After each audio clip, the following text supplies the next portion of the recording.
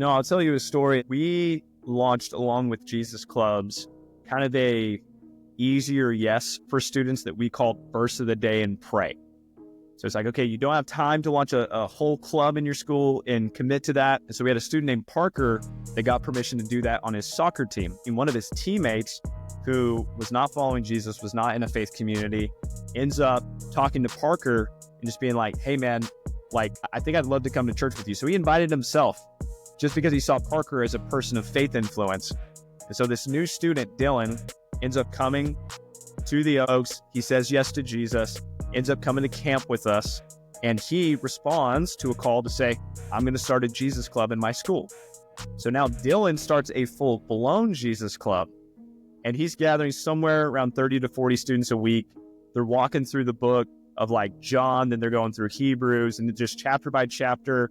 He's sharing the gospel every week. There's like that club is just booming. They're coming to Oaks Youth. And then a break hits, and he's like, hey, I'm kind of bummed out that we can't do Jesus Club this week. So I had this thought, what if we did a revival night at a city park, and we can just go there and it'll be all student led, worship, message, prayer, baptisms. And so he takes this step and does this. I provide some equipment. I check his sermon to make sure he's not preaching heresy. And he hosts this revival night, and we didn't help him promote it at all. But he ends up having 230 teenagers show up on a Friday night, and they baptized 13 students who said yes to Jesus. Wow. So we had we had a horse trough filled with water on the back of a trailer. So we're doing that, and it's an amazing night. The following Wednesday, I get up and just share the story. I'm like, man, this is amazing. Like, this Jesus Club owner, this student hosted this revival night. It sparked a chain reaction. Mind you, we had dedicated not to do anything new or add on this year.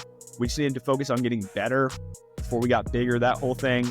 Chick-fil-A, if you know, you know. But we in turn ended up having 8 revival nights throughout the semester in 6 different cities, all of them led by Jesus Club owners. So 6 different cities, every single one either happened at a city park or on the high school football team, on the high school football field. And students are preaching. All we did was facilitate, do some accountability. And that has been an unprecedented thing that's kind of just a product of students gaining a missional heart through Jesus Clubs. And this was just kind of birthed unexpectedly throughout it. There was a couple months where like we had a revival night every single week, sometimes like 2 a week in that November season. So that's been an unexpected thing, but it represents this burden for the lost that God has kind of been developing in our students. And now we're hyper focusing in on, okay, great, you hosted this revival night. I'll tell you what, I'm going to send you all the contacts of people that said yes to Jesus. I want you to walk with them now. So like, here's a Bible plan you can do with these people that came to your revival night. You can invite them to Oaks Youth. You can get them in a small group.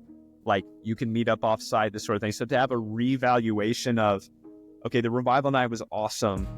Now what? And letting these student leaders manage that tension of what it really means to invite someone to follow you as you follow Christ after the big moment. So that's what we've been really trying to drill down on. Well, Andrew, why don't we do some introductions? I want to do some get to know you. I don't know if you got a chance to look at the questions that I sent you, but I want to know 3 wild facts about you. Self-proclaimed wild facts. They could be like, I ate toast this morning, all the way to I've, record time climbing Mount Everest. I don't know. I want to get to know you with some crazy facts. Yeah, no, I mean, the first thing is I boulder at a bouldering gym as a hobby, like rock climbing without ropes. And I got into that because I used to be in CrossFit, but then I had a brain surgery, and now I'm not allowed to lift like heavy things, like do deadlift or power clean. So I had to find a new hobby, and rock climbing became that. So I do competitions and stuff, like go to nationals and things, but it's one of my favorite things. I was there this morning, was rock climbing. That's amazing. So you're like a very elite rock climber. I would not say that. I just broke in to where I could compete in like the professional grades of like climbing, but no, I have a long ways to go for sure. So you're like ranked like 77th in the nation for like middle, like a ring finger strength. Hey, those holy handshakes are just a little bit stronger nowadays. But the second thing is I'm not a gamer. I would not use that. Like I maybe play a cumulative like 20 hours of video games a year, mostly on Thanksgiving and Christmas break. But when I do, I am a retro gamer. And so the newest system I own is a Nintendo 64. So I love it. Catch me playing like Star Fox, Super Mario jumping into the pictures, like the old, like the original Super Smash Bros. These kids don't even know about anymore. And so I'm a retro gamer. I grew up, with a Game Boy with that flashlight in my neck, trying to, play after my parents had gone to sleep, that sort of thing. So no, I'm a retro gamer. And the last thing is I've gotten ice cream on Wednesday nights on the way home after Oaks Youth almost every single Wednesday for the past 10 years. Like I don't miss unless there's like some crisis or tragedy. Like ice cream is my post. Like we just did this thing. God did amazing things. I got to go get me some ice cream. Catch me at Brahms at 10 p.m. every Wednesday night. Brahms, baby. Give me that chocolate peanut butter cup shake. Hey, you can't beat $1.79 for a double, bro. You just can't beat it. No. So my wife and I religiously for a long time did that with Taco Bell. There's like the world's worst Taco Bell is like 0.8 miles from the church. And so it's like the service is just terrible. And they're always slow, and I always have half of the stuff, but we would always go. And like we did that for years and years after youth. And then like one time we went and we both got like the worst food poisoning. It's out. And then like, so fast forward like 5 days, it's like Wednesday night, it's coming. And I like turned to my wife at youth and I was like, I think I want Taco Bell again. What's wrong with me? Like, what's in the food that made me sick and I want it again? I'm like, dude, man, he heals you from that wound from your past. And now you're ready to walk in freedom and get those cinnamon twists. Man, I'm a Crunchwrap Supreme, extra beef, extra, I need that extra meat. Man, I got my whole Taco Bell order. It's like not good for you at all. We've cut back in years recently, trying to be more healthy, more fit. But I feel like T-Bell is like a special place in my heart. Hey man, you got to be the beef for it. So whenever you are, it hits. It always does. Okay, but now you said Brahms, but like if I'm going to come visit you, because what part of Dallas are you in? Are you like Dallas proper? Are you like in one of the suburbs? Where are you at?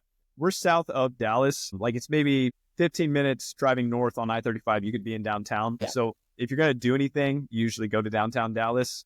And so if you're going there, you got to go to Terry Black's Barbecue is the spot to be. So like we always suggest Terry Black's is the best barbecue.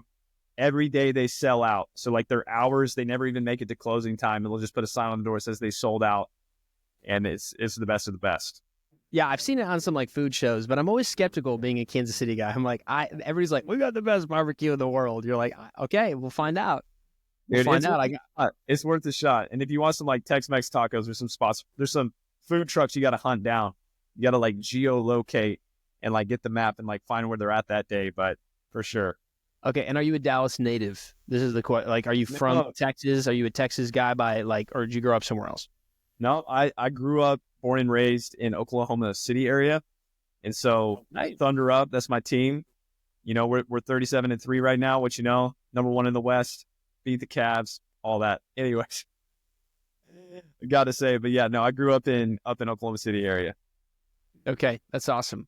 I've spent a lot more time there than I have Dallas. Okay, this might be an interesting question. I want to know like your everyday, like if you would say I have a superpower in this, like organizing the dishwasher, whatever, like your everyday superpower. And then how would you, I also want to know your ministry superpower. Yeah, man, I think my everyday superpower, I was like honestly thinking about it, is I'm an early riser. And it's not, I don't think anybody who's an early riser wakes up and they're just like, yes, I love waking up at 4:30 a.m. But like those hours in the morning are so sacred for me. And because I have that time, I'm able to lock in and be more focused. But I go early to bed. And so I'm like an old man when it comes to like, hey, 9 o'clock hits, catch me with a book. I'm reading, I'm passing out. And so, yeah, definitely early rising is my thing. And so I'm trying to get that climbing in because I got to drive to Dallas for it, get in God's word, that sort of thing, make breakfast with my wife. So my mornings are my superpower. Okay. So walk me through the morning routine. You're like, if you're saying, hey, yo, if you're listening to this and you're like waking up, rolling into work, like I wake up 8:40, work at 9 kind of person. I'm not wired that way. I'm more of a morning guy, but I've always struggled to find like the perfect morning routine. So like, what are you cranking on right now? Like maybe word of wisdom also for listeners who are like, man, I need to learn from the wise and get my morning dial. Absolutely. So usually I do get up around 4 to 4:30, chug an entire bottle of water first. And then usually I will like get my coffee going and then I'll step outside. And so when I step outside, there's something about fresh air that's almost as good as coffee. And so I'll hit it like just a little bit of prayer outside. I'm talking like 3 to 5 minutes, just like praying over the day. Go back in, my coffee's done. I'm going to get a chapter of scripture. I'm going to get a chapter of a book. And then I'm going to plan out my day. Because I use this system I created. It's called the E30. So you plan out your day in like 30-minute blocks from like wake up to go to bed. What's your triage, the top 3 things that you need to accomplish that are like non-negotiable? And then what are like your secondary or tertiary priorities that day? So you make it a game. It's only fun if it's a game where it's like, can I follow this schedule and accomplish what I said to accomplish? Because if you don't make it a game, it'll drive you crazy. So then after that, I usually do content writing in the morning as well. So any like big, concepts or exegeting a passage, I'll do that in the morning. And then I go exercise. And then I come back and have breakfast with my wife before we start the day. And so usually like 5 days a week, that's the rhythm. I do sleep in on weekends, that sort of deal. But I love my mornings. That's amazing. So you're like already jumping, like, if you're working on sermon writing, making content for a training or something, you're like that gets clicking early. Yes, absolutely. That's kind of my green zone, to use like the Carey Nieuwhof sort of deal. That's like, usually about maybe, 6 to 7:30. That's like a sweet spot for me to be creative thinking. I think most people are that way too. I remember being in college, like trying to stay up late, do the thing. And I was like falling asleep at the library and my grades weren't great. I'm like, what was going on? And then I started waking up. Like it wasn't until like almost like going into my senior year, I was like, dude, because I got an early morning job, like for a part-time job. I cooked at a sorority house. I cooked breakfast and lunch. So I'd have to get there at like 5:45. Yeah. And then I was like, man, I'm like rolling all with the day. And I was like, dude, okay, on the days I'm not, I need to get up early. And even today, like if I, like to your point, if I have a lot of like, process work, writing, especially creative work, man, your mind's so fresh. And there's obviously like science behind like, alpha brainwaves and all that stuff, like freshest in the morning. And also just Jesus, man, we're doing 100 days with Jesus right now at my church is like the reading plan of Jesus. Yeah. Yeah. So we're just like the reading plan, just a chapter going through all the gospels. So like today was Mark 15. So Jesus got crucified, but hey, veil's torn, resurrection's coming tomorrow. It's going to be good. Hey, come on. So, it happened. But even then, Jesus is waking up early. He's getting up early to pray, spend time with his Father. Dude, that's my whole thing about like, people are like, oh, I read the Bible before bed. I'm like, dude, that's fine. I'm glad you're getting a chapter in, but Jesus did it in the morning, bro. I just want to be like Jesus. So if he did it in the morning, I'm doing it in the morning. Because when I did it at night, I would reflect on my day and feel all convicted about what I didn't do based on what I just read. Instead of it being the filter through which I got to see my day. And so that was where the switch up happened for me. All right, now ministry superpower, the thing that you're like, dude, this is what you got bit by that spirit spider, and you're like, no, now I've got it. Man, I think, and this is especially for youth pastors, is I would say 2 things, and they're both mindsets. The first one would be to have an alignment over agreement mindset with your senior pastor. So like when it comes to your relationship with those over you, like there's the team I lead, which is Oaks Youth, and there's the team I'm on, which is Oaks Church. And the team I'm on, as far as like Oaks Church, is my first team. And so having a heart where even if there's things along the way that I don't fully agree with, it's my responsibility to align with my lead pastor. And again, it's just all these little concepts that help me do that, as far as like the blessed idea is always going to be better than my best idea. And the blessed idea is whatever the Lord's anointed of your house, your lead pastors are saying. And so I think a superpower is the ease with which I can fight for something, or something's just passed on to me. It's like, this is what we're doing. How fast, like I can get in alignment, just be like, hey, it's out of my control. I'm not accountable for it. I'm just going to do whatever pastor said at the best of my ability. I think that's a superpower. And then the second one, that being just having a stories over stats mentality. So I have this system in place where I don't even see the stats of a Wednesday night youth service until about noon the following day. And the reason is because I was finding that it's like a learned mindset where if it was up, I would feel prideful, and I was tired, therefore tempted, and would drift into pride. And if it was low, I would feel insecure. And so after like a 12-hour day of leading youth, looking at those numbers, I was like, I need to sleep, wake up, spend time with Jesus, get my head screwed on straight before I look at these things. And of course, stories over stats flows into like, what do you value more? Like, am I going to spend, exorbitant amount of time on this temple work of prepping for the night and all this stuff? Or am I going to go try to get in a coffee shop, do some relational evangelism, get on a campus, meet some students there? Am I going to walk with a student, meet them one-on-one? So just the value of stories and storytelling is a superpower. So like I give shout outs every week to someone in the room that has a story I've heard about. I just love stories. The gospel is communicated as a story, probably because it's the most powerful form of, it's the most powerful medium for a message. Yeah. I love that. It was a long answer, but yeah.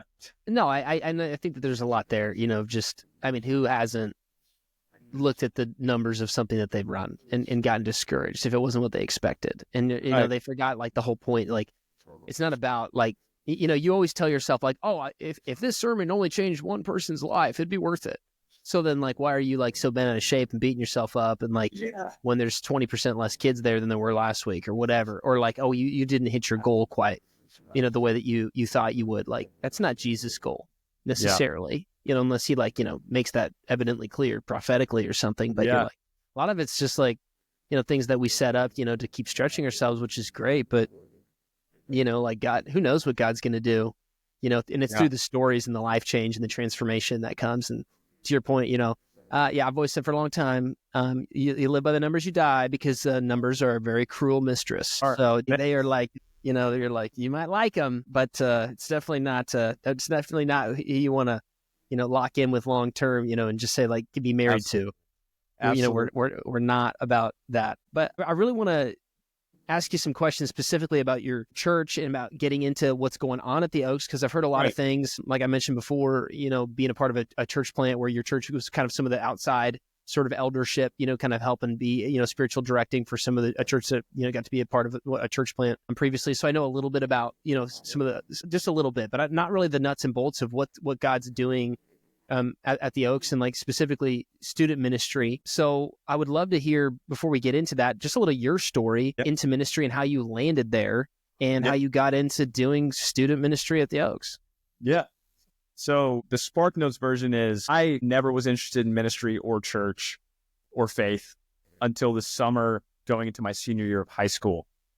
And so during that time, I was going through some pretty heavy things with my family, and just addictions had infected my entire family with substances. I was sick, so I had a heart condition. I was in and out of the hospital. I had to wear a Holter monitor, like with the thing around your neck, like sometimes old people have to wear to like call in for help, if your heart drops below a certain rate, different stuff like this. And so I was in a really low moment. Ended up, a friend that had been inviting me to church for years, his name was Chad. He kept inviting me. I was like, you know what? I got nothing better to do. I got kicked. I was unable to do sports by doctor's orders, which I'd been doing forever. So I went, got connected with some friends there, ended up going to the camp, going into my senior year. The gospel made sense for the first time. The first thought I ever had that was open was, if this is true, this is the most important thing in the world. And that thought compelled me to get a Bible from the person who became my youth pastor, powering through the Word of God. I'm being taught and kind of discipled and what this looks like. I ended up starting 3 what we now call Jesus Clubs. So on Monday night, Wednesday morning, and Friday morning, we had clubs that me and my friends started at school. Come on. I start having just this, it wasn't a written in the sky or audible word from God, but this realization that if I was doing anything else with my life other than reaching lost people, then I'd be wishing I was giving more time to that. Yeah. And so that kind of became the confirmation. And my youth pastor was youth pastored by Joseph Kellogg, who at the time was the current youth pastor at Oaks Church. And so I was like a third generation, disciple in that sense. And so he's like, you should go there. So I took a train from Oklahoma City to Fort Worth, got picked up by an intern, did Oaks College for 3 years, got hired on as the associate youth pastor, became the youth pastor in 2019. They've been doing that for about the past 5.5 years or so. So it's been a journey. Oaks Church is 104 years old, so that's a very rich history. But I came and did my internship and got the honor of serving in the role. And my wife and I actually do it together. We are co-youth pastors. So equal on the organization, get to do that. That's amazing. You get to do that with your spouse, and just that she has the buy-in, that she's like, hey, I want to do this, we're in this together. That's amazing. If we get some time, I kind of might want to come back, just kind of see how does that work, because I'm sure they're not the only person that maybe people listening to this also trying to navigate being married, in ministry, how to do family, how to do church. That can be very complicated, especially when you work together. I'm sure that is probably always a challenge to shut that off on date night. It has the highest potential for good, but it also has like the highest risk for tension. So like navigating through it, you get all the highest highs and the lowest lows. But if you're both committed to navigating through it, and I'll say this, when we were in internship, Lauren was my communication coach for preaching. So like she's a PK. I am not a PK. I am a land surveyor's kid. So she was like coaching me up in like how to do all this stuff. And yeah, when she preaches, it's quite wild. But yeah. I love it. What when you're thinking about just the season of ministry that you're in at the Oaks, like what is God doing right now? Like when you're talking about stories, I'd love to hear a couple stories of just like, man, and sometimes like there's like almost this intangible, like I can't almost describe it, but like the Spirit is moving in this way, and we're like just jumping in that river as a ministry right now, and this is where the things that God's doing, the moment, that kind of like that word wineskin, like the wine being like, this is the thing that the Spirit's doing right now. So talk us through that, man. Like, what's God doing at the Oaks right now with student ministry? Hey, I hope that you are loving the episode. But before we get back to the content, I just want to ask two big things of you. Number one is, if you are enjoying this episode and it's bringing value to you, please share it with a friend. If you can subscribe, that would be amazing. But share the content with somebody that would find it valuable today. And number two is to hop in our online community. I created an online space. It's totally free to connect youth pastors with other youth pastors, to share ideas, content, encouragement, things that you're going through. So hop in the community in the description below. Thanks. Yeah, no, I'll tell you a story, and then I'll kind of try to distill it down to what we believe God is doing. So we launched, along with Jesus Clubs, kind of a easier yes for students that we called Verse of the Day and Pray. So it's like, okay, you don't have time to launch a whole club in your school and commit to that, because it really is like having another extracurricular.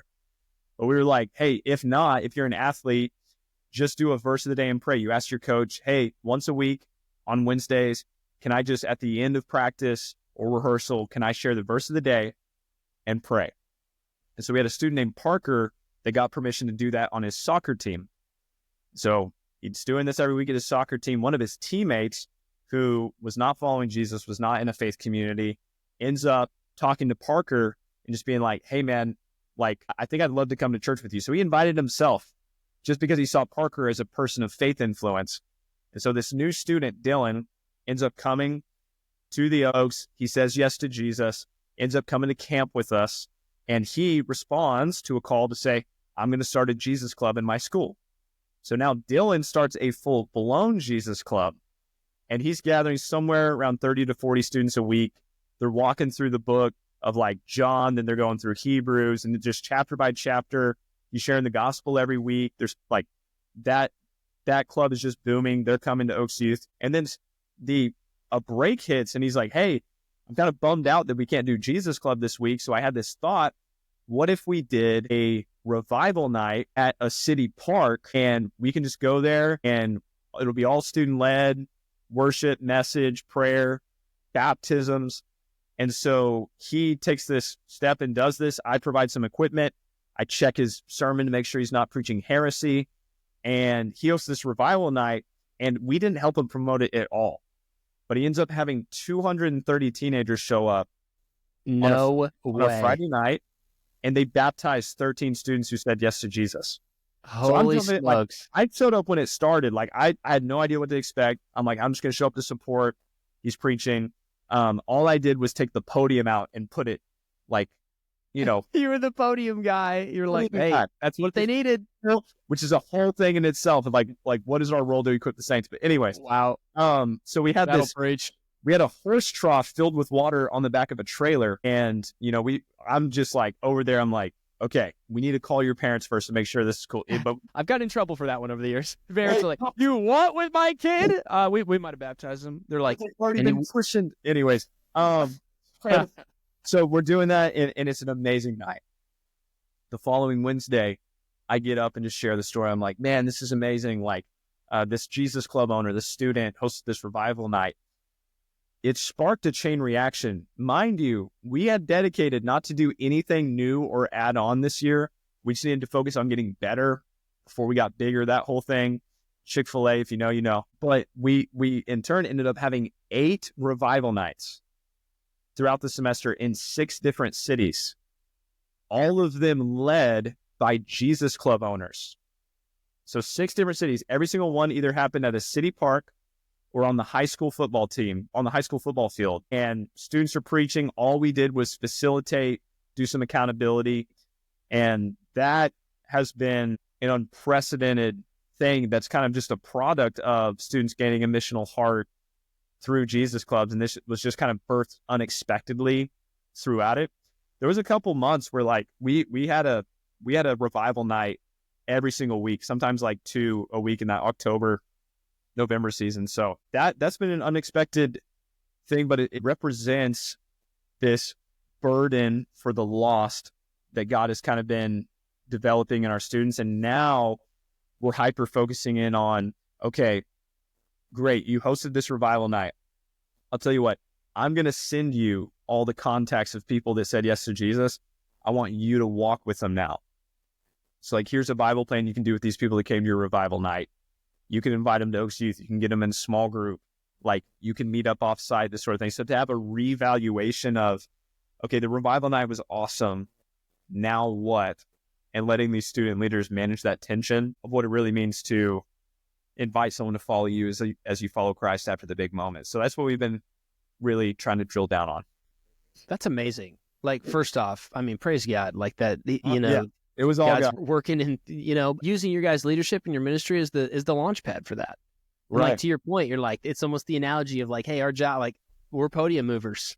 That's it. Like what an inspiring, like, leadership training, like, like the talk at the small group training or whatever is like, hey, like the staff meetings, like we're here to carry like the disciples, we're hero makers, our job is to equip the saints for the work of the ministry. It's not an idea. It's like, you're seeing it happen real time. That's there was at some point that said microphone is no better than a mop in the kingdom. And so we gotta help students understand that too, because you have these students that are all pumped up that they preach to hundreds of people. And it's like, hey, you know what just pleases God's heart even more than that? If you meet up with Jacob, who just got baptized, and you try to fight for time with him and really show him what this looks like. And so trying to be like, what's the real win here? That we can keep winning and have dividends over time. Right. And, and you always ride that tension of like the power of events, the power of these catalytic moments. We see them all through scripture, of course, but it's like, not like discipling your kids into like, hey, we're just riding the next high. We're riding the next rally. We're riding the next camp. We're riding the next session. It's like, and God's not moving unless someone's crying. It's like, man, God moves just as much, when you share Romans 6:23 with a friend, at Chick-fil-A. And he's like, yeah, I need to give my life to Jesus. He's not weeping at the altar.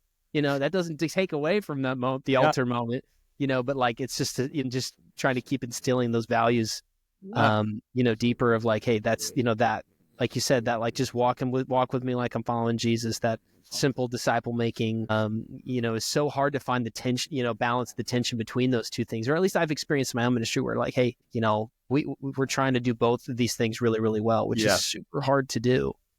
When you kind of have this conviction that the Holy Spirit likely wants to grow the community slower than we want it to. And that's like a really hard thing to wrap your head around. It's like, man, like fast growth isn't necessarily healthy growth. And of course, we're constantly in the rhythm of inflating and then condensing and inflating, condensing. You just hope that the community condenses back down to a new normal. But it's like the long-term stickiness of a community is based on how many of those life-changing relationships you have. And I think, even some other students, we have our student leadership boot camp that we do for 4 weeks at the start of every semester. They're doing outreaches in low-income communities, like hosting sports camps, grocery ministry, different stuff like that. And this last Saturday, a couple of days ago, our students just decided, after 3 hours of serving outdoors in the cold, that they were going to leave boot camp, go downtown to do Bible study together, and then go evangelizing just like downtown. And it's like, we didn't ask them to do that. But hopefully, like, the culture just implies, like, man, that's something that these faith-filled friends can do together.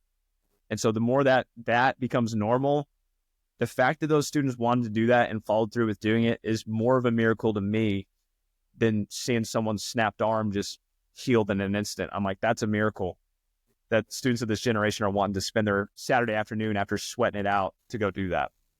Yeah, I mean, and what a powerful snapshot of the culture that you guys are building. Yeah. I mean, I just want to know, like, how have you guys built that? Like, what does that look like? And I understand you're like, you're coming on 104 years of, you're not the only one who's, you're like, hey, I'm building continuously on this foundation that the next person laid, and we're continuously just, doing our part, and it stacks over time. But what does it look like for you guys to build a culture for your student ministry that's really fixated on reaching the lost? That's really not just that, but also on building leaders. That's both deep and wide. Yeah, exactly. Man, I'm going to try to make this short. There's a lot that goes into that. But the first thing I would start with is something that we keep in front of students consistently is the mission. So we're constantly telling students, hey, Ellis County, 22,000 teenagers. According to Barton research, only 11,000, so 50% of them would say that they're a follower of Jesus or a Christian. Of those 11,000, only 8% would actually fit the qualifications of a committed Christian, meaning that they go to church once a month, read the Bible once a week. Very low bar, but only 8% of those who consider themselves a Christian would fall in that category. So that means in Ellis County, out of 22,000 students, there's 760 committed Christians. And it's like, if we're going to reach the remaining 11,000 that don't know Jesus at all, don't have their relationship, we must be the committed. And so you kind of have this culture, you reinforce it through even small things. Like when I'm telling you, I do a shout out at the start of every message, I am telling a story, literally saying like, hey, I want to celebrate Joseph over here who's sitting in this front row, because this last week, he initiated this idea to go and do Bible study and evangelize downtown. And so I'm reinforcing culture, because vision leaks and culture drifts. And so I'm trying to reinforce it through story. And then also during the worship set every week, we have a student up on stage who is sharing a story of somehow being bold, being missional. Usually it's a Jesus Club owner talking about their Jesus Club. But I think that's also just the structure of the ministry. So we structure the youth ministry in this thing that we call the Great Commission Engine. And so the goal is to get a student from Wednesday to the weekend, so like your weekend services for your church, to the world. So Wednesday to the weekend to the world, Wednesday to the weekend to the world. And that's represented by our services, small groups, and student leadership. So that's nothing new, it's nothing crazy, but we're trying to get them from that Wednesday to the weekend. We do small groups on Sunday nights in homes, to the world through student leadership. And in student leadership, which is kind of your mature core students, we just hammer, what does it mean to be a disciple, and how do you make a disciple? So like for a while, we were just shotgunning any leadership concept, just throwing it out there. It was like, you know what? We're just going to hit this really hard with accountability. And over time, we're going to see the culture raised up where students have no excuse for not knowing what it means to mentor someone in the faith. So we literally, like, we have language for it. If you're a student leader and you're just attending on Wednesday nights, you're just a role model. Look, he's going to church, he's taking notes, he's a role model. But if you find one person that you're inviting to do the things you're doing for Christ with you, you're now a mentor. And if you ever teach that person you're mentoring to mentor someone else, now you're a multiplier. If you're a student leader, we all have to be multipliers. Like, you have to have a +1 mentality. Come with me. I'm reading scripture. Read this with me. And so we have different languages and models that we use for that. And then with our dream team, which is our volunteers, the 30 minutes that we have with them before service for our dream team rally is essential.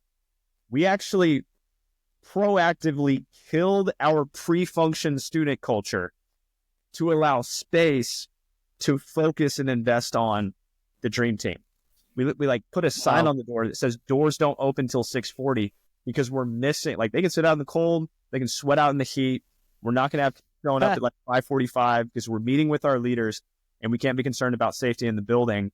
And every single week we're going on a rhythm of content where week 1, Dream Team Rally, is intercession, because you're only passionate about what you pray about. Week 2 is, so they're getting some sort of like, this is just what we're believing for, moving forward into the future. This is the vision. You're casting it. Week 3 is activation, where you're giving them some sort of teaching, like a TED Talk with a challenge that they can accomplish that night or that week. And then the 4th week, you're giving information. So you're going through calendar for the next month, different stuff like that. But every single one of those, like, intercession is focused on the lost. Vision is focused on growth and what must be true of our leaders if we're going to grow in a healthy way. Activation is focused on discipleship, and information is just showing how the next month is going to achieve those goals. And so, wow. Yeah, I think, and I'll also say this, like, if we're going to have, and this is something I've been on this journey of growing in for years, but it's like, I can't tell our students to go seek and save the lost if I don't have a consistent rhythm of relational, authentic evangelism, praying for people in public, reaching out to the lost in my life. And so my climbing gym is in the heart of Dallas, and it's become my mission field. Like, people have come to the Oaks for my climbing gym. Once a week, we do a verse of the day and pray at the end of our climbing session. There'll be maybe 4 or 5 people from the Oaks, 4 or 5 people that are just from the climbing gym that we've connected with or have come to the Oaks through there. Man, I want to do some offsite hours during the week where I'm working on office work at a coffee shop nearby. And I'm not going to leave that coffee shop until I invite someone, pray for someone, or share the gospel with someone. And so that rhythm is kind of this conviction that there's no anointing in what I'm calling students to do if I'm not living it myself and getting uncomfortable as well. Because you're pretty much the sons of Sceva at that point. Wow, that's bold. Yeah. But you're not wrong. It's just in the sense of, if we're not modeling, we can't ask the students to model if we're not doing it ourselves. And that's everything from get out of the back of the room and go stand up front and worship with your kids. Yeah. Like, you're not modeling unless you're doing that, all the way to, from our leaders, from what you're doing on a Wednesday, you know, to like, are you in a small group yourself? Like, are you living in community? Like, you can't ask your kids to like be authentic and transparent in biblical community if you're not going to be willing to subject yourself to that yourself. Yeah. Well, how do you expect to ask your students to share their faith if you've never done it yourself? Like, it's just is what it is. The vehicle for that too. So, like, Jesus Clubs and the way we do training. So we have this school year, we have about 21 Jesus Clubs across 16 different schools. And if you come as a first-time guest to Oaks Youth, you're not getting invited back to Oaks Youth. You're looking at the Jesus Club board with a volunteer to say, hey, like, did you know this Jesus Club meets in your school? Like, here's an invite card for you to go join them this next week. And so it's like built in from the front door through our Jesus Club highlights that we do on stage. And the more you talk about it, first time guest comes in, there's a student on stage talking about a Bible club they lead in their school, and they're like, oh, so this is just like normal? Like people are like, you're just kind of forced to level up a little bit. But yeah, I think that's a lot of it. Yeah. And there's a lot to unpack there. Yeah. Man, so much good stuff that I just want to focus our time a little bit. Can I double click on Jesus Clubs a little? Yeah. Just for anyone listening that's not super familiar with that, is that something that's native to the Oaks? Like, I mean, not that like being on-campus evangelistic Bible studies is native to you guys, but the concept of a Jesus Club, like what's happening there, and then also how do you plug students into that, cast vision for them for that? Walk us through, like, if I'm listening and I want to try that, what does that look like? Kind of A to Z. Well, first off, I would say we have entire toolboxes of resources and training videos that we could share with you. So hopefully at the end we can share some contact, and that would be amazing. Doesn't cost anything. We can even get on a coaching call to talk about your launch plan for it. But there are a lot of efforts to mobilize students to be on campus. There's FCA, there is Young Life, there's Priority First. There's just that one great kid that does a Bible study at his lunch table. Jesus Clubs was birthed on the other side of COVID as a result of youth pastors not being allowed on campuses with the same access that they had before. So like all these campuses that I used to be there for lunches and sidelines and all these things, were like, man, we got to find a way to get in there. We're going to find this new way of training students to go in. And so Jesus Clubs has two different expressions. We actually launched Jesus Clubs in partnership with Youth Alive. That's a ministry in our district, and Oaks Youth was the first to do it, and we built it together. But after launching it, we found out that there was another Jesus Clubs out of California that was also happening. But our expression of Jesus Clubs has a couple distinctives. Pretty much at a Jesus Club, what are you going to see? You're going to always hear the gospel. So it's not just a Bible study. The gospel will be preached at every Jesus Club. Doesn't matter if it's the same kids, you're always just going to preach the gospel. You have to read the Bible together. It's a non-negotiable. You have to pray for needs and the lost. So you're always like see you at the pole style, going to be praying for the lost in your school. And you have a responsibility to connect new people to the local church. So if somebody gets like connected to your Jesus Club, it's your responsibility to get them connected to the local church. Yeah. So, and there's also... Do you oftentimes see kids that get involved with clubs of multiple churches? You know, maybe there's a couple student leaders like, hey, you got a couple kids from the Oaks. You might have a couple kids from, Village Church or whatever, like the, kind of collaborating together, or is it like, hey, this is really designed for you to like you and 5 friends that are just really in your friend group? Have you seen much collaboration between different churches in the area with clubs on campus? Yeah, it happens occasionally. But even then, like during our trainings for students, we tell them like, hey, if you tell someone, hey, do you have a home church? And they say they already do, your response is always, man, just go where you feel at home. Just go where you feel at home. Just go where you feel at home. Like it doesn't have to be Oaks Youth. It just has to be a healthy youth ministry. But the heart of a Jesus Club is always like growth, because it's for the lost. Like it's more like a first touch. And so like for tomorrow night, we have a one night, which is also another part of missional culture. We killed all of our events with silly names because they felt too gimmick driven. And we said, hey, we're going to have a one night. And the culture around it is that we're going to be like, hey, a one night is a night for the one that doesn't know Jesus. So your motivation is not for any after party or something. It's like you bring friends because the gospel is going to be preached with clarity, and they're going to have an opportunity to say yes to Jesus. We tell our Jesus Clubs, hey, if you want to invite your Jesus Club to a one night, we'll reserve you a row. We'll have seating signs, and we'll get you some pizza for you and your Jesus Club that comes. And so you're kind of mobilizing them in that way. But the trainings for Jesus Club are what we call a publisher's model. And so that means it's not a booklet, like a guide, like this is how you do it.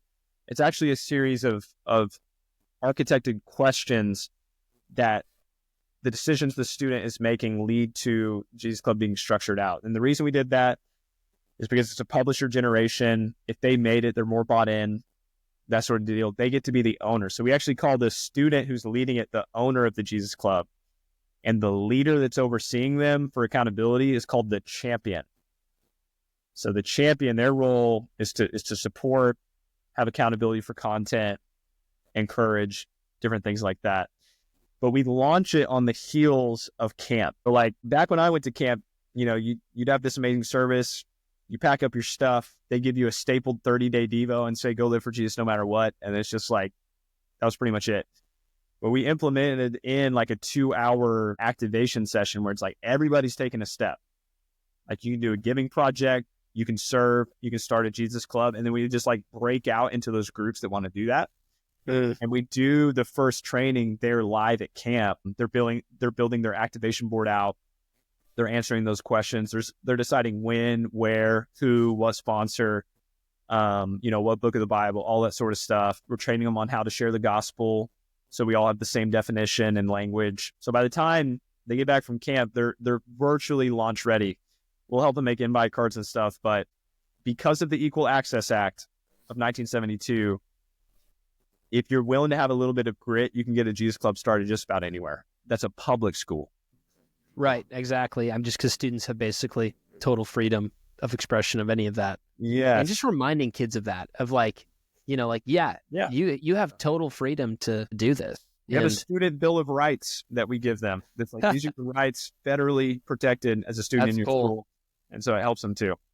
That's amazing. Shifting a little bit to the kind of Great Commission engine, I'd love to hear maybe just a little bit like of how you're structured even more granularly from the Wednesday to the weekend to the world through. Yeah. So I understand like that's kind of like the vision, hey, we're trying to mobilize students or whatever your vision statement is, from these things. The systems you've got in place are clearly some type of like Wednesday programming to some type of Sunday programming groups, whatever, to I'm guessing like a student leader team to this Jesus Clubs. So I'm just curious, like, how do you structure that? So especially for myself, I'm taking some notes, or listeners, like, I just want to know, like, just lay it out all on a sheet of paper for me from like the week to the month of like, how do you strategically like stack them like dominoes? Like these are, this is how it's structured, but also this is like the activation step to mobilize kids from, down the funnel to leading Jesus Clubs and ultimately just being laborers. Yeah, no, let's just take a student on a journey in Oaks Youth. So love it. A student is a first-time guest. They come to our Wednesday service, which is our reach wide gathering. It's not necessarily dig deep. It's really there for the lost. It's the place you invite people to. It's a service. During that service, we will have what's called small group breakouts or small group huddles. That is like, it's in the middle of the service order. So like for 7 minutes, everyone stands up, scrambles, and we have people with signs, and there's like 11 small groups, and you go to the one represented by your city or school. And when you go over there, there's going to be a leader that's like, no way, you go to Red Oak? And it's like, hey, our group meets on Sunday nights. You should totally come and hang out with us. Hands them the card. They're just milling around. They're eating Gushers because we always have a snack at small group huddles because students really wouldn't like it unless you gave them some gummies, and then they love it. Is that the secret? No, I'm serious. They associate like, oh, it's small group huddle time, I get gummies. But really, it's like, no, I get to go with people that are from my school, and we're gonna hang out for a couple minutes, and then we're gonna take a knee, like a football huddle. And then the small group leader gets up and says, hey, this Sunday, this is what we're talking about. Here's what you need to bring, blah, blah, blah. We're meeting at this house. If you need to know where, here, that sort of deal. And so what's going on in that huddle? Is that in the middle of the service? Like you have worship, you share a story highlight, student testimony, a couple announcements, and then you're like, all right, huddle, and then go into the sermon. just talk me through that. I'm just curious. So we're doing announcements. We're doing rules because we have like respect God's house, respect one another, respect God's word, all this stuff. And you got to once you get to a certain point. But I feel you, bro. We just we're in an era right now of like, as we've grown, like, hey, okay, the house rules aren't like a once a month. The house rules are like an every week. Like, pick up your trash. Don't talk to your neighbor. Get off TikTok. That means you're reaching people, man. Yeah. There's some youth pastors said if you don't have vape smoke, mix them with your Vesuvios every once in a while, you're not reaching anyone. Anyways, so we'll go through the service. You'll have worship. And you'll interrupt worship with a testimony where a student testimony will get up and share. Then you'll go back into worship after they pray it in. Someone gets up and closes up worship, and then they say, hey, we're going into small group huddles. You can throw a bumper video in there if you want about small groups or whatever, but really we just keep it loose. It's like, hey, we're going to small group huddles. Hey, here's a map on screen so you know where to go to your huddle. Leaders are already there holding signs. They come up, they grab Gushers out of a bucket. They're just hanging out, whatever. Leaders are connecting with new people. A couple minutes left on a timer. It's a 7-minute timer. They take a knee. Hey, is anyone new? Raise your hand if you're new tonight. Hey, awesome. Let's make sure to get them an invite card. Hey, we'd love to see everyone this Sunday night. We're going to be reading Mark chapter 2. And it's like, you invite them to that, and then you break out. And then we have this sound that is like a gong, like a big gong sound. Yeah. So when that goes off, it's like a cue, and everyone knows, like, you got to hustle back to your seat. And so, like, even if they're not watching the timer, that thing goes off 3 times, like, just like, bow, bow. And it's like, they just hustle back to their seat. And then, like, as soon as we're sat down and quiet, it's like, I'm up for the sermon. We're going into the sermon. That's amazing. We'll have a response time. We always give a salvation call. Okay, cool. And then, but yeah, that's the bridge. Those small group huddles are the bridge between Wednesday and the weekend, AKA services to small groups. That's amazing. And then the service is done after you kind of do your response time. Yeah. Kind of come up, MC, and then you wrap up. Yeah, we do next steps for students that made a commitment to follow Jesus. And then once a month on Wednesday nights, we do what's called the salvation party. So during the worship set, you actually step out of the room and you have like a 30-minute practical teaching on like, here's what it looks like to follow Jesus. And here's like an incentivized challenge for you to take on for this next month, that sort of deal. So we do a salvation party once a month. We do a first-time guest after party once a month.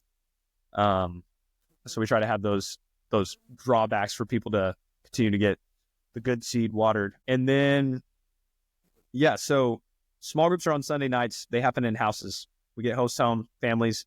Usually number of leaders is 2 guys or 2 girls, sometimes more, depending on the size of the group. If it gets above like 30-ish, we try to multiply it and launch another group, because if not, it's just not healthy. Real fast, just on this, 2 quick clarifying questions. Wednesday service, is that middle school and high school all together, or do you guys do those separately? You're like, you've just got all your high schoolers over here, you got your middle schoolers over here? Services are all together. Small groups are separate. Okay. Gotcha. Yes. And your middle schoolers, are you still doing groups inside of people's homes as well? Oh, yeah. Okay. Yeah. Gotcha. So we recruit host homes. Pretty much the good elements of a small group are great trained leaders, a hospitable family, food, and Bible discussion. We'll even do YouTube worship if we have to. We try to have live worship with an acoustic guitar or piano, but even YouTube worship, man, you'd be amazed how the Spirit can fall in a room when, gratitude is playing on YouTube and different stuff like that. But then we'll pray for the lost together. And any felt needs, then we go into discussion. And we forever used Feed.Bible content. If you don't know about Feed.Bible, it's amazing. I helped formulate some of it, but the team over there is just incredible. But we're in a season right now where we're just doing Bible study. It's like last year we did the book of John. And then this year we're doing the book of Mark. And so we're just going chapter by chapter, reading it, using the DBS method, if you've ever heard of that. Oh, yeah. That's our small groups. And that's so great, because those are almost like no training required. you know, like DBS is so good from an evangelistic standpoint, because you can do it one-on-one with a friend who's not a Christian and be like, I don't know, what does the passage say? Talk about Jesus. Yeah. Like, what are you going to do about it? Right. All the way to like, you could have this really deep, rich conversation with people who've been following Jesus for decades. Absolutely. So and it doesn't require any prep other than, continuing to pray. And you don't have to review a lesson. You don't have to prep any of that. It's raw and real. It's the best in my opinion, at least as far as what we've seen. I love it. Now, going out of the small group, what does it look like to just get kids involved into student leadership? With the intention, I'm guessing, of training and mobilizing to student clubs, to Jesus clubs, I'm guessing. Right.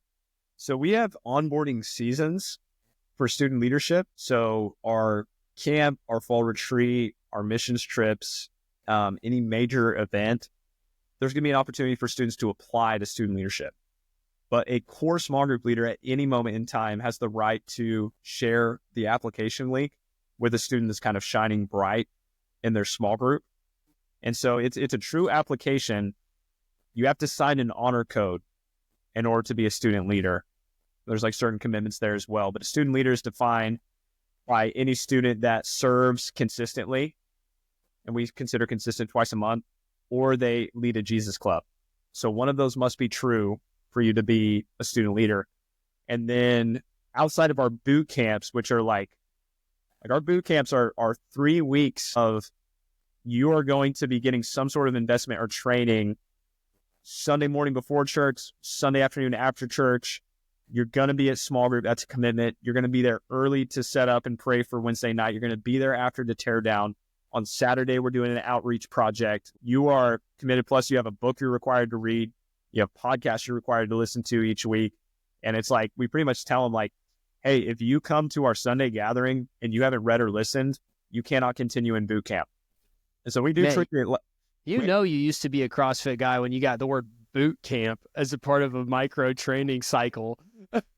Yeah, it's intensive. Like, you're pretty much setting the course. And some of them just like keep showing up for stuff that they were doing for boot camp because they just love it and they'll just keep doing it. I love that. Yeah. But, we make it a big deal when they... Well, and it's just like so great. The higher, you're raising the bar higher. And of course, that the kids who are hungry and want it are there, Yes. And it's such a great way to say, let the kids that want to run and sprint. And the kids that are they're coming on Wednesday and they're still figuring out where they are with Jesus, and they love going to hang with friends, and they like gushers, and the music's good, and their girlfriend's there. Like the Lord's working there too, and it's like, I just love how intentional, and this is a big takeaway from the conversation, like how intentional you guys are at every stage of saying, wherever you are in your spiritual journey, we don't want to mismanage that step, right, and make sure that your next step is clear. Those gushers are the gateway to the gospel for some people. Oh, that's not the first time you shared that. But no, I'd say gushers are the gateway to the gospel. I said Gatorade's the gateway to the gospel for Gatorade drops in schools. Anyways, so we settle into a once a month student leadership gathering rhythm after the boot camp. And we do that on Sunday mornings. And then, so again, you have services Wednesday, small groups weekend, student leadership world. And one of those applications is in schools, is where the Jesus Club kind of piston is firing. And students from those Jesus Clubs get plugged back into the Wednesday services. And so you're just pumping people through that. And we measure ratios as much, if not more, than attendance. So what we're looking for is that Oaks Youth is healthy if for every 100 students on a Wednesday night service, 50 of them are going to small groups on a Sunday night. And for every 100 students at a service, 10 are involved in student leadership boot camp and gatherings. And then for every 100 students at a service, we want to see 150 gathering in Jesus clubs throughout the week. So if we're hitting those ratios as it's growing, then we know we're maintaining the healthy metrics that we want to see, because it's not based on just how big is your biggest number. It's like, what are the ratios in between your different expressions of your community? Yeah. And so how many students right now at your church are you guys reaching? Like, what's kind of the scope and scale? Again, there's a lot of ways to answer that question. On our biggest, best one night, like where everybody shows up, plus a bunch of people are invited. Like last semester, we had a night where there was like 870 that were gathered together for a night like that. I would say most months, just like average, if you're just doing like a series, it's anywhere from 500 to 600. You're just kind of oscillating between those numbers. And what we're hoping to see, what we would call a healthy win, is every semester you're trying to grow by 15% on all metrics. And so like, we come back from COVID, my first real semester being a youth pastor, we had like 36 students show up. The community that had existed before, like, it was just completely different. And then with youth ministry, it's even hard too, because you'll have a senior class that are beasts, and then they all graduate and leave. So for example, we had a class of 90 seniors, all of them I've known since they were in 6th grade, because I was an intern, I was their small group leader. They all graduate, so 90 of them leave, but then your community grows by 100. You have almost 200 new people in the room. So it doesn't matter what the actual number is, but what happens is half your community does not have your culture anymore. Right. Because you lost culture carriers and you gained people that don't know the culture. Yeah. And so you're in this awkward position of like, man, we have to hammer down and reinforce who we are, slow down, go back to basic a little bit to kind of raise that water level for everyone to get on board with. But yeah, with youth ministry, it's hard. It is, which is just different than when you're in adult ministries, where you have people that are going to be around for, 4, 5, decades. 10, 15 years, decades, and you have different problems and different challenges. I'm hearing you talk about all these things, from the boot camp to the Wednesday, to the small groups, to the service event on who's handling. I'm like, how do you manage that? Like, and I'm sure you're not the only staff person at the church, right? Yeah. And Correct. It scales as you grow. But maybe what would be some wisdom, and we don't need to or have the time to get into like the full org chart of, I'm sure if you guys are curious, you can, message Andrew, get with you on Instagram or whatever. Yeah. But what would be some wisdom if you're like, okay, you are maybe at your campus, you are the only youth staff. How can you maybe start to incorporate, just getting practical for listeners, like a couple of these elements, like strip it down to the basics of like, how do you apply, this Great Commission engine and incorporating some of these elements if they wanted to sort of, not like copy and paste, but say, I want to start pushing and getting initiatives happening in each of these areas. How do you do that when you're like, look, it's me, I've got a handful of volunteers or maybe a dozen of them. I don't have other staff. I'm the one. If a graphic gets made, I've got to make it. Yes. If a video gets sent to small group leaders to use, I'm the one who's got to film it. Like that's 95% of youth pastors in America and in the world. Right. So I'm just trying to think, what are some clear action steps for listeners that want to take all this stuff that you guys have been walking through and apply it in their ministries starting this semester? Yeah, I would say, first off, building out this Great Commission engine since COVID, every single one of these pistons that are firing in this engine took about a year to create and refine each. And so it's not like, we just implemented everything all at once. All of Snap it. Your fingers and everything's rolling. Yeah, no, not the case whatsoever. But you have to learn the art of what I would call beta testing. So for example, maybe you don't have small groups in homes, but the idea that you're interested in, don't do a small group campaign and do a series and launch it just like on a whim. I would recommend doing a beta test where you start one small group that is in a home, so you only have to recruit one, and for a whole semester, you do a student leadership small group. So you invite core students, talking like it could be anywhere from like 3 to 7, that you're investing in on a weekly basis in that atmosphere. If it grows, that's fine if they want to invite people, but you're getting your core used to the environment and learning to value the environment of doing small groups in a house. And then after a semester of that beta test, you cast the vision to those core students to say, hey, what if we launched small groups like this one in homes for the whole crowd? We've been doing it for the core, let's do it for the crowd. And then they already have the buy-in, and they get to divide and conquer through their different ages or grades or schools or cities, however you do it. And you could go from 1 to 4 small groups where you have like a junior high boys, junior high girls, high school guys, high school girls, but you're launching it out of your core already being bought into it. You've gotten a feel for it. You know how to train leaders to do it because you've been doing it because you hit a beta test. In the same way, if you wanted to launch Jesus clubs, do not right off the bat get up on a stage and say, who wants to start a club in their school? We got to reach the lost. You identify that one core stud student and you go on a journey with them one-on-one. It's like, hey, on Sundays, before, after, let's connect. I just want to have a conversation. Hey, if you could do one thing for God in your school and you knew you wouldn't fail if you tried, what would you do? And you're just continuing to like feed into that, speak into that. You help one club get started. And then once that one's up and running, you felt what it feels like to get one started. You know what it's like to champion one. And you use the testimony of that one that started to cast the vision to the others. And you know what it's going to cost to scale it. So beta testing and doing a very simple, not broadcasted scale version of it first would help you know what it's going to cost if you're actually going to go full scale. So beta testing would be my biggest recommendation. And even just understanding maybe of like where your youth ministry's at. Like you might be listening to see you have a youth ministry of 10 kids. Yeah. And it's like, man, what would happen if, each one of those kids, if they were really bought in, like really like the 12, like the 11 disciples, I suppose.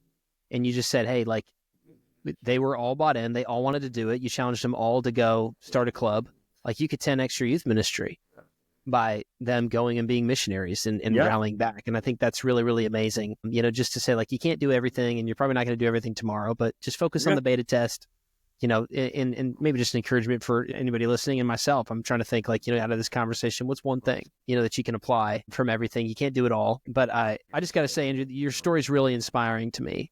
And it's really exciting to see what God's doing at your church and just like the way that you've built a culture of raising up student leaders and really just laborers, drilling into them. Hey, the harvest is plentiful, but the laborers are few. And that's what we do is we model, we go out, we multiply. And man, God's doing some really incredible things in your church. So just a couple, my kind of closing couple questions for you today is we want to get personal with one of them. And then the other one personal for listeners is one, like, how do you keep your passion so intense?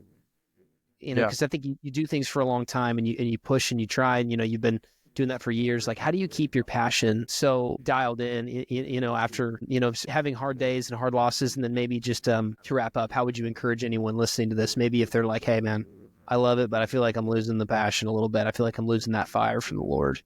How would you encourage anyone who might be in that spot? No, And I first want to say, I think it's natural. Like youth pastors, when they go on Christmas break specifically, and January hits you right in the mouth, it's kind of this overwhelming sense of like, here we go again, because you've been stopping and resting, and to get in that rhythm and that grind again is a real thing. I think the simple conviction that I have and keep in front of me is the Great Commission is just not an option.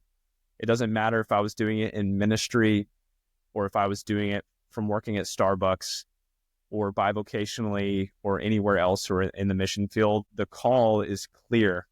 And all I'm doing, the reason I'm a youth pastor right now is because if I ask myself the question, where can I make the most kingdom impact in the next 5 years of my life? Then youth ministry for me is the answer to that question. And so you could throw any verse you want at it, like don't grow tired in doing good, because at the right time you're going to reap a harvest of blessing if you don't give up. Like that's your conviction and drive. But if it doesn't go back to the gospel when you're discouraged and be like, the reason I'm sent is because he saved me, and I'm sent out to seek and save those who are lost just like I used to be. Doesn't matter if you were saved right out of the crib or if you were saved down the road. It's like the cost of discipleship and the cost of leadership in the kingdom is heavy, but it's a privilege. And Jesus never promised there would be no burden. He said it would be manageable. He'd say it would be easy and light, and we carry that burden with us. I think the only question I would ask someone who's feeling that way is there any burden that you're carrying that you put on your own shoulders that Jesus didn't call you to carry? And if you're putting something on yourself that he didn't design you for, and trying to have a revaluation and check your gauges on that. But yeah, we have to. This generation needs us to go another round this year. I love that. Well, Andrew, your passion, your intensity, and your just intentionality. I think that's the number one thing I'm walking out of this conversation inspired from. Is just you're like, hey, we're just prayerfully, you and your team, and I know you've got a great staff and residents and all the you get a lot of help with your ministry school, and there's a lot of great. Right. Team to surround you and leaders and all the things, of course. But, like you're at the forefront of that. Like you're the chief banner carrier for your ministry and for your church and for these students and for your leaders and volunteers. And it's just evident that, like, man, God's really using you in really powerful ways. I'm just going to be praying just a sweet blessing over your ministry this year, that God would continue to multiply, not just in breadth, but also in depth, and continue to just grow just a rich, just hearty ministry of students who are hungry for the Lord, hungry for his word, and have a vision to see their lives do kingdom work. As we're in this season of Jesus is coming back. We don't know how much time we have, and living with a sense of urgency, but also just a sweet rhythm of like, it's not about us and what we do, but it's all about what the work that God's doing in and through us. So I'm really, really grateful for your church. I'm really grateful for your leadership and for this conversation. It was a big encouragement to me, and I know it's going to be for everybody that checks it out. So thank you. Absolutely. No, it's been an honor. Thank you so much for tuning into this episode. I hope it was a blessing to you. And if it was, I just have a few asks. One is just to share this episode with someone that you think would enjoy it. Post it on your social, share a link to it. That would be a great blessing to us building this following and really to resource and equip more people in the work of the ministry. Two is to like and subscribe so you can keep up with all the content coming forward and future interviews and future episodes. And lastly, just another reminder to hop in our online youth ministry next gen community. The links for that all in the description for this episode. Thank you so much for watching and listening, and we'll catch you on the next one.